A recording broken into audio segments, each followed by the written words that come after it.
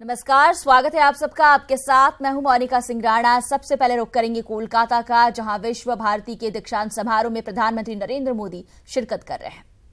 मेरी आशाएं और आकांक्षाएं आपसे जरा बढ़ गई है और आशा उसी से बढ़ती है जो कुछ करता है। आपने किया है, इसलिए मेरी आपसे अपेक्षा भी जरा बढ़ती है। फ्रेंड्स, 2021 में इस महान संस्थान के 100 वर्ष पूर्ण होने वाले हैं। आज जो प्रयास आप 50 गांवों में कर रहे हैं, क्या अगले 2-3 वर्षों में इसको आप 100 या 200 गांवों तक ले जा सकते हैं?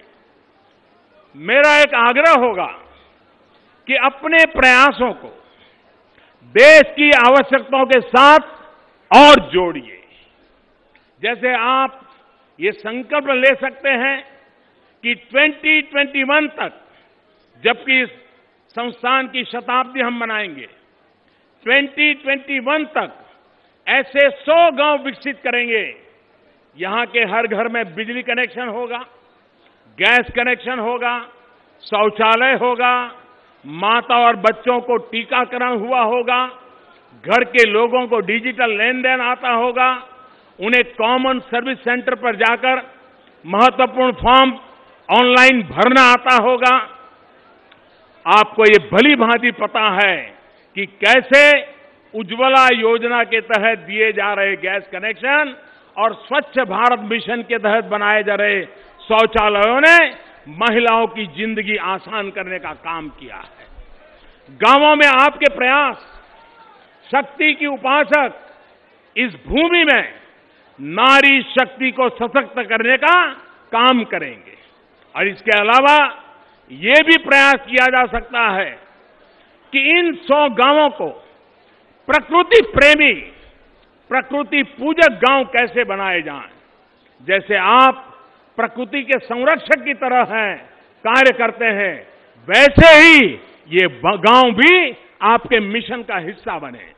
यानी ये 100 गांव उस विजन को आगे बढ़ाएं, जहां जल भंडारण की पर्याप्त व्यवस्थाएं विकसित करके जल संरक्षण किया जाता हो, लकड़ी न जलाकर वायु संरक्षण किया जाता हो, स्वच्छता का ध्यान रखते हुए प्राकृतिक खाद का उपयोग करते हुए भूमि संरक्षण किया जा सकता है।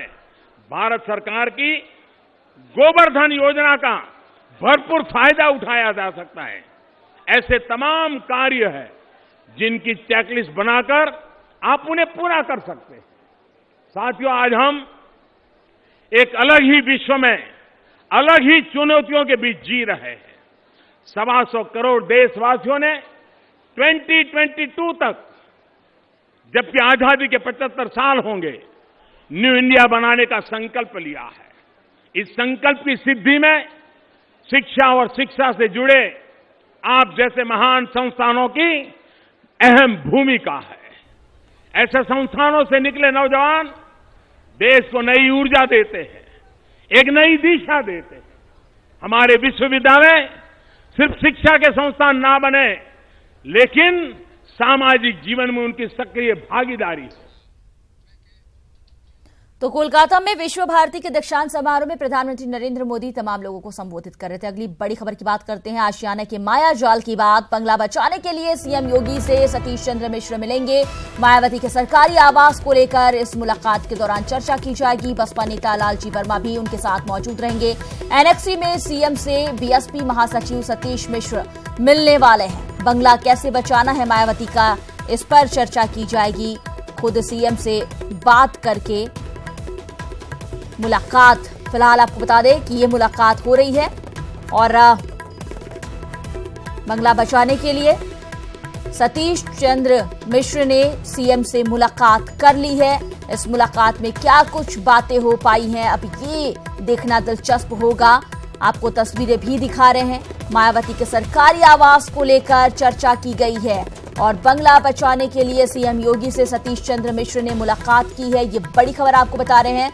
इससे पहले सरकारी आवास को बचाने के लिए कई तरह के हथकंडे अपनाए भी गए।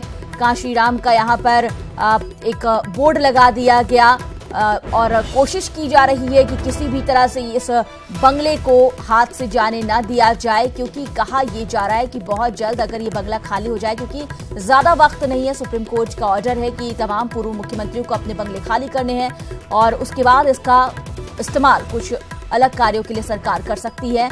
ऐसे में इमोशन जुड़ा हुआ है मायावती का सरकारी बंगले से अपने, और इसे ना छोड़ना पड़े, अगर छोड़ना भी पड़े तो इसमें किसी तरह की कोई चेंजेस ना किए जाए, इसे लेकर लगातार कोशिशें की जा रही हैं।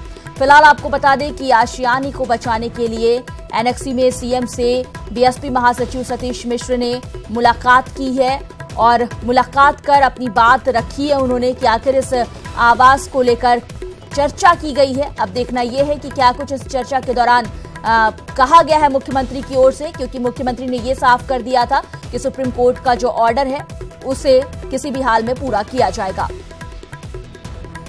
रुख करते हैं अपने सहयोगी मोहम्मद शबाब का, जो कि हमारे साथ लाइव जुड़ गए हैं। शबाब, एनेक्सी में सीएम से बीएसपी महासचिव सतीश मिश्र ने मुलाकात की है। इस मुलाकात के दौरान क्या कुछ अंदर खाने में चर्चा की गई? मायावती के सरकारी बंगले को बचाने के लिए कुछ मिल पा रहा है अपडेट?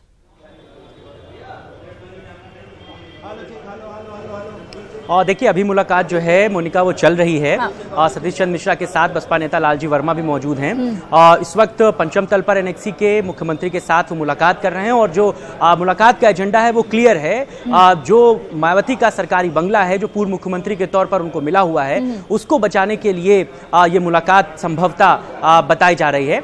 आपको बता दें कि इससे पहले भी चूंकि सुप्रीम कोर्ट का निर्देश है कि 15 दिनों के भीतर सभी पूर्व मुख्यमंत्रियों को बंगले खाली करने हैं, ऐसे में सभी जो पूर्व मुख्यमंत्री हैं वो कहीं ना कहीं से कोई ना कोई तिकड़म भिड़ा रहे हैं कि कैसे उनका बंगला बच जाए। अखिलेश यादव ने 2 साल का वक्त मांगा है, इसके अलावा मुलायम सिंह यादव ने भी वक्त मांगा है।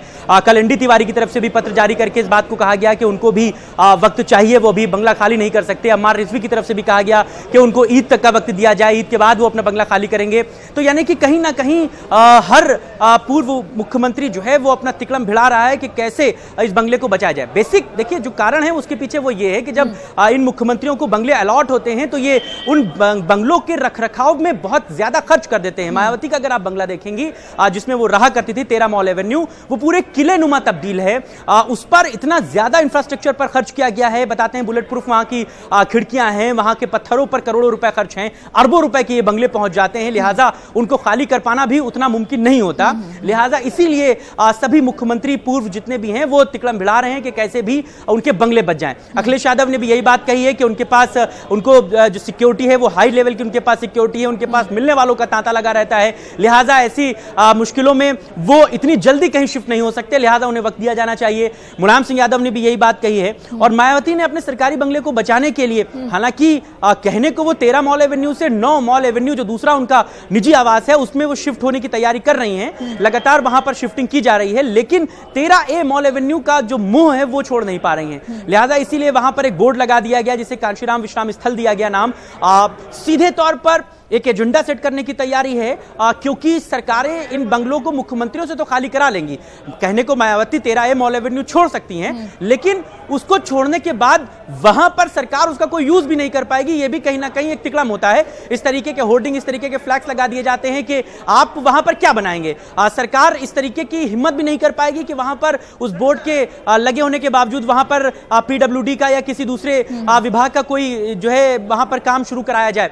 तो कहीं ना कहीं तिकड़म है और उन्हीं तिकड़म से जुड़ी हुई ये बड़ी अपडेट है। आपसे थोड़ी देर के बाद जब ये मुलाकात खत्म होगी, जब सतीश चंद्र मिश्रा नीचे उतर कर आएंगे तब एग्जैक्टली वो बताएंगे कि किन किन बिंदुओं पर बातचीत हुई। लेकिन इसकी पूरी कवायद चल रही है। बहुत बहुत शुक्रिया शबाब इस तमाम जानकारी के लिए। हमारे सहयोगी बताते हैं कि फिलहाल सतीश मिश्र की मुलाकात सीएम से चल रही है। मायावती के इस आशियाने को बचाने के लिए इस मुद्दे पर बात करने के लिए हमारे साथ हमारे दो मेहमान फोन लाइन पर जुड़े हुए हैं। राकेश त्रिपाठी बीजेपी के प्रवक्ता और सुनील साजन प्रवक्ता है सपा के, ये दोनों हमारे साथ फोन लाइन पर जुड़ गए हैं। सबसे पहले बात करते हैं राकेश त्रिपाठी से। राकेश त्रिपाठी जी, स्वागत है आपका न्यूज 18 में। मुख्यमंत्री से मुलाकात हो रही है और सिर्फ मायावती ही नहीं बल्कि बाकी लोग भी, अखिलेश यादव हो, मुलायम सिंह यादव हो, तमाम लोग अपने सरकारी आवास को बचाने की बड़ी कोशिशें कर रहे हैं। आपको क्या लगता है कि आज मुख्यमंत्री की ओर से इस मुलाकात के दौरान कुछ बात बनती नजर आएगी? देखिए, भारतीय राजनीति में अखिलेश यादव जी और मायावती जी दो मुख्यमंत्री इस प्रकार से याद किए जाएंगे। मुख्यमंत्री तो काल में मुख्यमंत्री रहते हुए ही इस बात का एहसास कर लिया था कि हम अपना कार्यकाल पूरा करने से हमारा मुख्यमंत्री नहीं बन पाएंगे, और अपने मुख्यमंत्री रहते हुए के ताजुर्मान के करोड़ रुपए खर्च किए गए हैं और इस प्रकार का काम किया था। ऐसा उदाहरण आपको भारतीय राजनीति में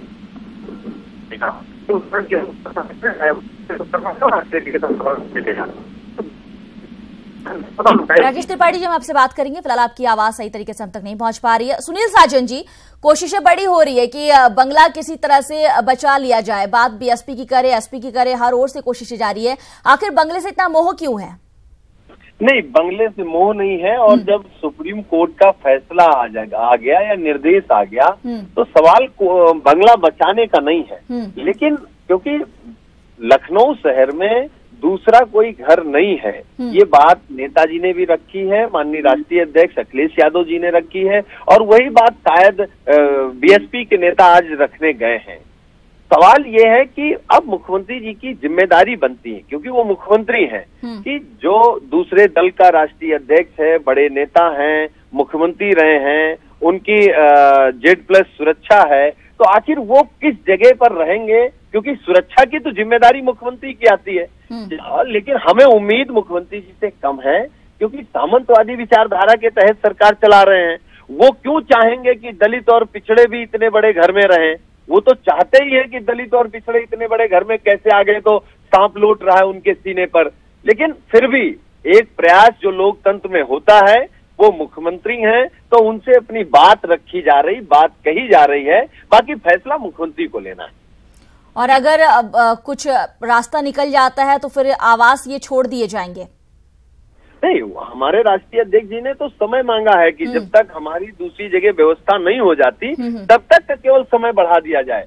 हमारे राष्ट्रीय अध्यक्ष जी ने ये नहीं कहा कि हम बंगला नहीं खाली कर रहे हैं। भाई, वो तो सुप्रीम कोर्ट का आदेश है, वो तो हम बंगला खाली करेंगे, लेकिन तुरंत में कोई व्यवस्था नहीं है।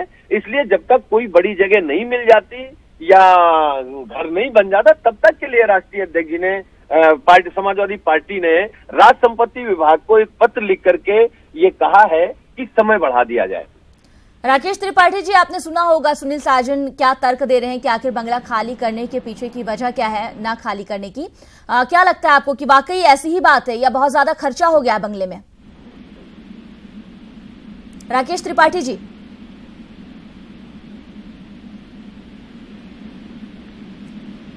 हम कोशिश करेंगे बात करने की राकेश त्रिपाठी जी से। फिलहाल सुनील साजन जी हमारे साथ लगातार जुड़े हुए हैं। सुनील साजन जी, अभी आप बोल रहे थे कि बात सुरक्षा की है, लेकिन एक बात और समझाइए, क्योंकि जिस तरह से हमने मायावती का बंगला हो या अखिलेश यादव का बंगला हो, इनमें देखा है कि कितना ज्यादा खर्चा कर दिया गया है काफी आलीशान तरीके से। क्या एक ये वजह भी है कि बंगला खाली करने से पहले बहुत सोच विचार रहे हैं?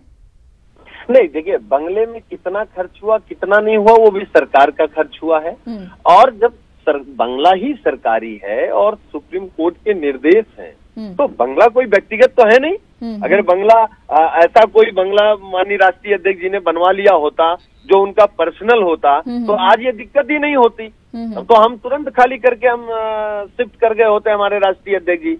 लेकिन जो व्यवहारिक दिक्कत है, क्योंकि वो राष्ट्रीय अध्यक्ष भी हैं, अलग अलग प्रदेश के लोग मिलने आते हैं, एक एक दिन में हजारों लोग मिलते हैं, उनका अपना कार्यालय चलता है, और सुरक्षा जो है, जो सुरक्षा की दृष्टिकोण से हम लोगों ने बात रखी है, सुरक्षा को देखते हुए सुरक्षा आप बता रहे हैं कि महत्वपूर्ण मुद्दा सुरक्षा है। राकेश त्रिपाठी जी, अगर आप तक हमारी आवाज पहुंच रही है तो ये बताइए कि सपा की ओर से सुनील साजन जी ये कह रहे हैं कि सुरक्षा एक बहुत बड़ा इशू है, और अगर इस चीज को सरकार सॉल्व कर देती है तो आवास खाली करने में कोई दिक्कत नहीं है।